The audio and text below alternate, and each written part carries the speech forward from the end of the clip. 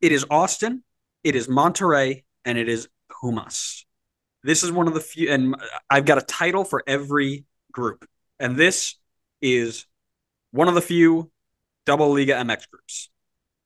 Short, sweet, and to the point.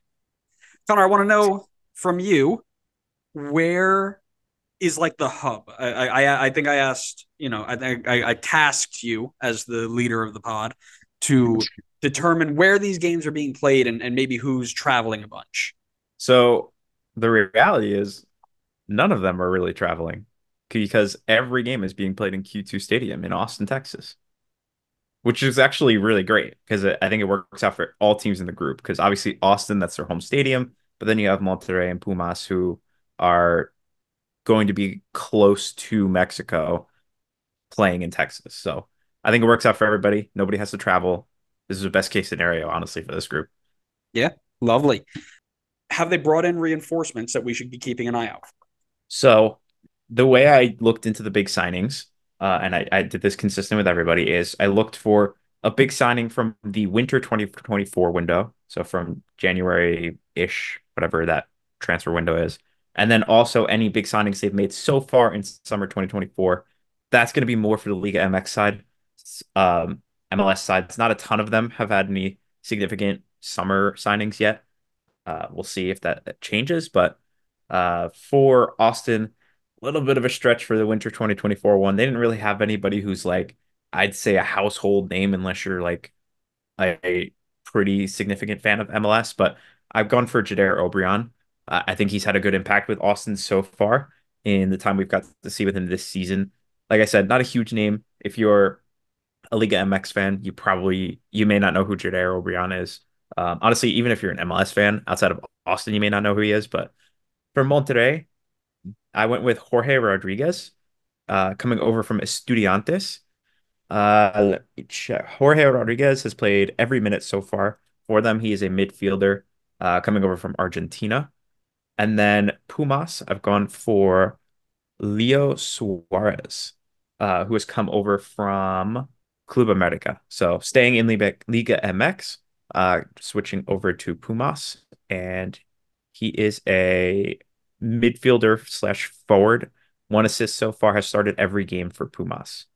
I was Go gonna ahead. say Leo Suarez sounds like a FIFA regen of a really diehard Barcelona guy who just misses 2015. It's it does sound like that. That's fair. Summer transfers. So Austin actually has one. Osman Bukhari coming over from Red Star in a multi-million-dollar move for Austin. So looking forward to seeing him if he gets some game time in Leagues Cup. Monterrey has brought over Oliver Torres from Sevilla. That's a big acquisition. I don't believe he's played yet, but that'll be a big one when he does get some game time. And then for Pumas, I've gone for Ruben Duarte, who has come over from Alaves, also from Spain. All right, so I will start with the MLS side. We're gonna go to Austin FC. As of recording, Austin are right in the thick of things as it stands. They are currently in 10th place in the Western Conference. Josh Wolf's men, they've been really streaky. Josh Wolf taking over the team from the start, so still in charge. 0 wins in their first 5, followed by 2 losses in their next 10, then 3 losses in a row before going pretty much 500 into this weekend of recording. So 8, 10, and 6 with 30 points, hoping to get hot at the right time to get into the playoffs and avenge a really poor Leagues Cup performance from 2023, where they failed to even get out of the group. And that group was filled with, I think, if I remember correctly, the bottom 2 Liga MX sides at the time. Not great. Yeah, so Austin had a very, very disappointing side, and they're really, they started off really poorly, are kind of back in the thick of things. Connor, who is a player that you want to watch in this tournament for Austin this year? I'm gonna go with the star boy who hasn't exactly been a star boy this season. I'm gonna go with Sebastian Driussi. I think the team needs to run through him. This is a great opportunity for someone who hasn't quite been at his best this season to kind of figure things out. And it's like a blank slate. Obviously things haven't been going great in the season, but now you have a whole new competition where you're going to face off against some new opponents. Austin's in a group with no other MLS teams, so you're playing up against new people. I think it's a great opportunity for him to reset and find that form that he had a few years ago where he was borderline MVP. I like it. I thought about him as well, but because I know you very well and I know you take those little softball tosses, All right. I actually went with somebody that you mentioned earlier, and that's you said Jardair. I think it's Hader Obrian. Tied for the team league in goals.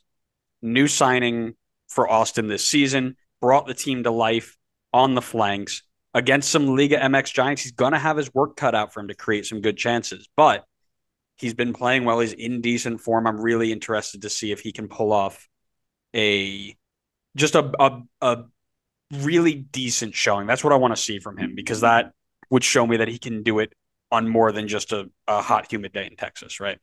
Even though they'll be doing it on a hot, humid day in Yeah, Texas. they will quite literally be only playing hot, humid days in Texas. Yeah, so Austin is going to be up against some really tough teams, and one of them is Monterrey, who have finished fourth place in last year's Clausura with a 9-5-3 record. They are currently in 13th place in the Apertura through 2 or 3 matches, but historically, this is one of the best clubs in Liga MX, right? Fernando Ortiz back at it at the helm, leading a team of big name Mexican national team stars or former stars like Jesus Corona, Maxi Meza, German Berterame, etc. He's looking to make a deep run after losing in the semifinals to Nashville and coming off of a very fresh semifinals exit at the hands of the Columbus Crew in the CONCACAF Champions Cup. Connor, who are you watching for this team in this group? I'm gonna go for the man who has spent most of his career over in La Liga, and that is Sergio Canales, the man who spent some time with Real Sociedad, with Real Betis. Last year was his first year with Monterrey, and this year he is trying to see if he had a full year last year. No, it looks like it maybe. Actually, I don't know how many games they play, but he was pretty good when he came over. 10 goals, 4 assists in about 1,400 minutes. And this season, he has played every minute so far. He's got 1 goal to show for it at the moment, but I think that experience that he will bring over from Europe and his ability on the ball is going to be huge for this team. And I just don't think there are a lot of players like that across this entire tournament. I think it's really funny that you mentioned him being at like Real Betis and then just casually leave out that he was part of the Real Madrid team and Valencia too. Just two kind of small teams, right? I Uh, mean, he played 286 minutes at Real Madrid. Like, yeah, but he trained with them and he sat on the bench with them, which instantly makes him a better player. I thought we've been through this. That's why we need all of our players riding the bench on Real Madrid's B team. I mean, you said it, not me. I only know that because I also picked Sergio Canales. I was going to talk about German Berterame because he was a rumored $15 million move to Portland before it fell through and he stayed in Mexico. But I did go with Canales at the end. Again, pulling the strings for the team. Joined Monterrey, 14 goals, 4 assists in just over 2K minutes since joining. You kind of mentioned that already. I would expect him to be a difference maker in this group, and he very much was so in Champions League. I believe they had a big result against Inter Miami, and they didn't do so hot against them. So, but I could be wrong on that. I could have the wrong Liga MX team. So, but the one thing I know is not wrong is that the other team in this group is Pumas, another giant from Liga MX. Currently fourth in the Apertura after a relatively disappointing eighth place finish in the Clausura. The Argentinian head coach Gustavo Lema is in his first year in charge after being promoted at the start of the last Clausura. In the last League's Cup, it ended very early for them in the round of 32 to Querétaro. I'll just keep sending it over to you. I like the vibe that we're on. What is the player or who is the player that you are watching in this group? I've gone for the youngster Jorge Ruvalcaba. He has Ooh, scored 2 goals so far, playing basically every minute. I think he's 2 minutes shy of every minute. 3 starts in three. Like I said, he's got 2 goals already. Plays. They got him listed at midfield forward. But yeah, I think looks like he's got some good potential there. He hasn't played much for Pumas in the past.